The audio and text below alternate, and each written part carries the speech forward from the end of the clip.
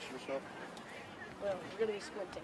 Yeah. Can we turn it a little bit this way? Yeah, can we roll a little bit or something? Step up to the mic where I was going to speak.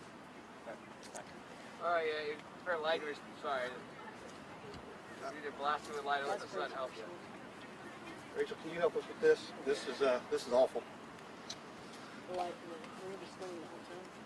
Trying to figure out the best way. Is there a way to actually move around a little bit? Standing in the light is perfect. Yeah, you're gonna have to. Except And the mic's where you because can hear of the it. light. You can't see. I know you're gonna have to. Okay, go Because ahead. they need the light. You want him on here? No. Okay, I good. think Okay. just them. You ready? No, just step up to the mic where we can all hear you, or whoever's going to speak. We Both both of we them. both will be speaking at one point or another.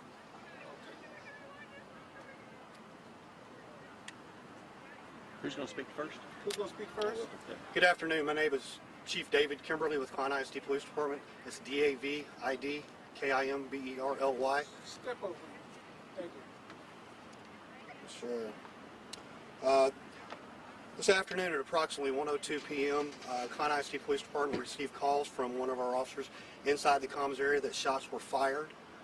We immediately dispatched our units as well as Harris County Sheriff's constables, put out a call for assistance. While en route, the call was actually updated to what they determined to be some sort of loud explosion or some sort of loud bang. From there, you know, we, as officers arrived, we've identified what we've now figured out was 4 students who have been minor injured from what appears to be a firework device placed in a secondary container. Now, this is still an ongoing and developing investigation, so please understand some of these details may change. But as part of this piece, one of the things, there's a couple pieces that I want to make sure that our community knows. First and foremost, the response from our community partners as it relates to other law enforcement agencies as well as our community has just been outstanding. We're so appreciative of the strong work. Over the years, we have drilled and practiced, and as a result, our kids did exactly what they were supposed to do to getting away from the event. Our kids were just amazing out here today. With everything going on, they did a really great job. Again, our systems work. I will tell you that we have, in fact, through our camera systems and through the investigative piece, we have identified a person of interest. We're working with the Harris County District Attorney's Office on that. Fire Marshal Christensen's offices. Would you? Hi, Laurie Christensen, Harris County Fire Marshal. Our office is investigating this. Again, we are working with Chief Kimberly and Klein ISD, but we're the lead investigation on this device. We have a device. It was an aerial device firework used, and we do know that we had the 4 injuries that were discussed. I can tell you that no one was transported. Fortunately, we do train often with our school districts, and so I want to thank all the law enforcement agencies that are out here assisting us. The Klein ISD, we do have 1 suspect detained. As Chief Kimberly said, we have additional suspects that we're looking for, and this is a very active investigation. We don't have a lot of information for you right now because it is an active investigation. We are working with the DA's office, and I want to make this clear. Any device that is used, such as a firework, that is used to disrupt or to injure people, we will work with the District Attorney's Office to place charges on that. We're very grateful that there were not additional injuries and injuries that had to be transported. We're also very grateful for the students here who train and unfortunately have to train on these type of events, but they did exactly what they were supposed to do. So we want to thank them for that and thank the community. Sorry, were the injuries from the actual device or from the panic afterwards? What we know right now on the injuries, a couple of them were from how the device activated, and some of them were just trying to evacuate and get out of the area. But again, all very minor, very minor injuries. Well, what when you say minor, describe them. Like arm scratch? Just scratches, things of that nature, not any type of serious injury. Is students all 4, or students and adults?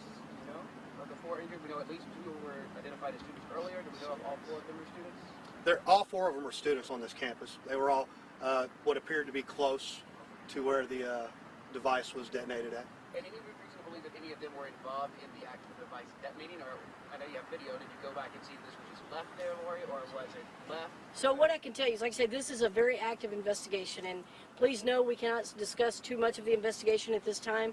We are reviewing the video. The Klein ISD chief and his staff have turned everything over to us. We're working diligently, and we will not leave here tonight till we have all the answers we need to continue with these charges. And how were the fireworks or device brought into the school? Were they in a backpack? Were they in a bag? Again, we don't know those answers right now, and it's strictly because this is an active investigation. As I stated, we have one suspect detained, and we're going to have to gather information from that investigation. That suspect you have detained also a student, and do you know around the age, juvenile, older than that? He is a student, and that's all I know at this time. I haven't actually, the investigators just actually detained him, so I haven't had an opportunity to even figure out how old he is. You mentioned additional suspects. Can you give us a number?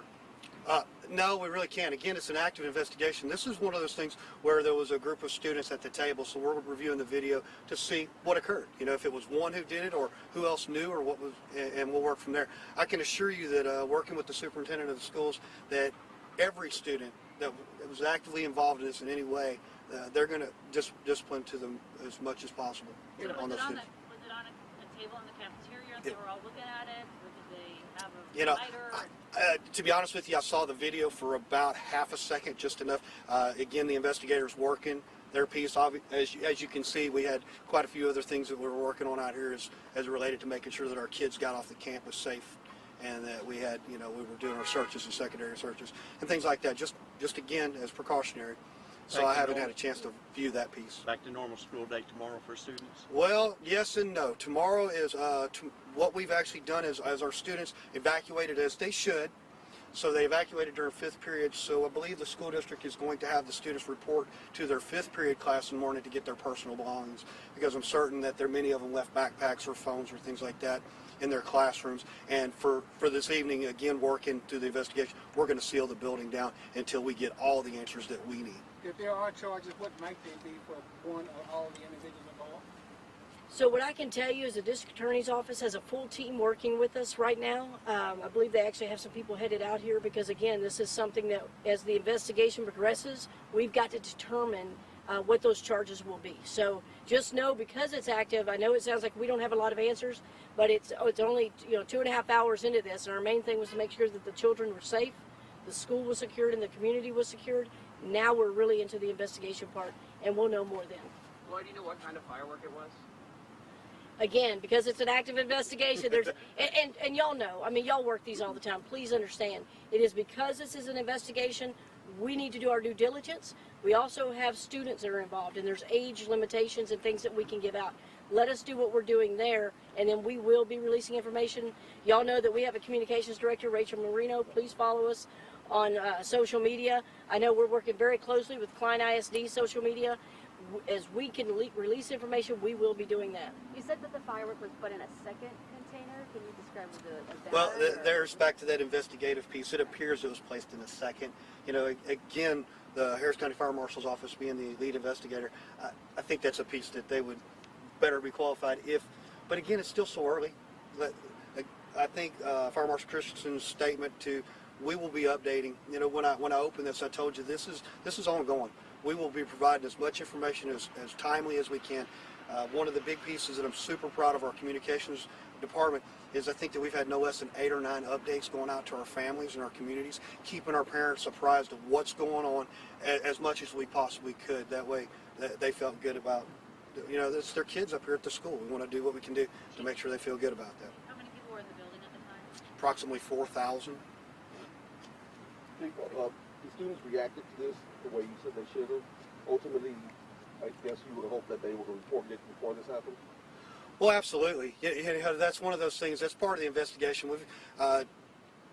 As we move through this, we'll figure out whether this occurred very quickly or whether it was planned or what, and that will determine, you know, obviously what the appropriate reaction. When I said they responded correctly, sadly in this day and time, there's so much pressure about active shooter and about those things, that we work and we train. We work with our law enforcement partners. We work with our kids directly. And we talk to them about avoid, deny, defend, how to get away and what they should or shouldn't be doing. And what little I saw in the video was they were very quickly, they moved away from it, they got out of the area and they cleared it, and they did what what the training that we've been providing them. So we're very proud of their response.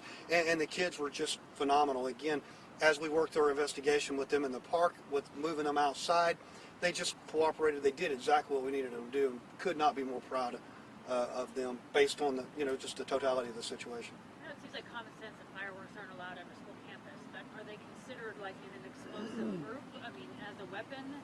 I mean, you and I know this, but would a student know that fireworks aren't allowed on a school campus? Absolutely. And, y'all did a great job helping us this fireworks season, the Fire Marshal's Office, getting the message out for individuals to be safe because fireworks were legal to sell the last 2 weeks. But yes, fireworks can be used as a weapon. We've talked about that during season. You can't shoot them from a car, can't shoot them within 600 feet of a school, a healthcare facility, any of those things. So the answer is yes, that message is out. We've been posting that, been on media, so yes, it is a known fact.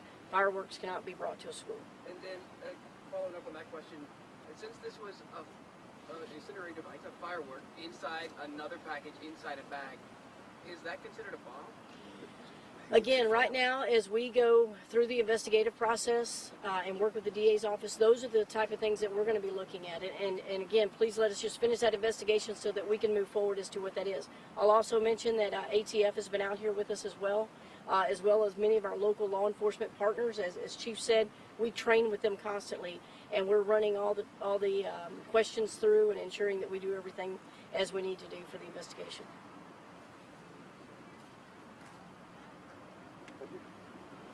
Good. Thank y'all very much. Thank you. Thank you.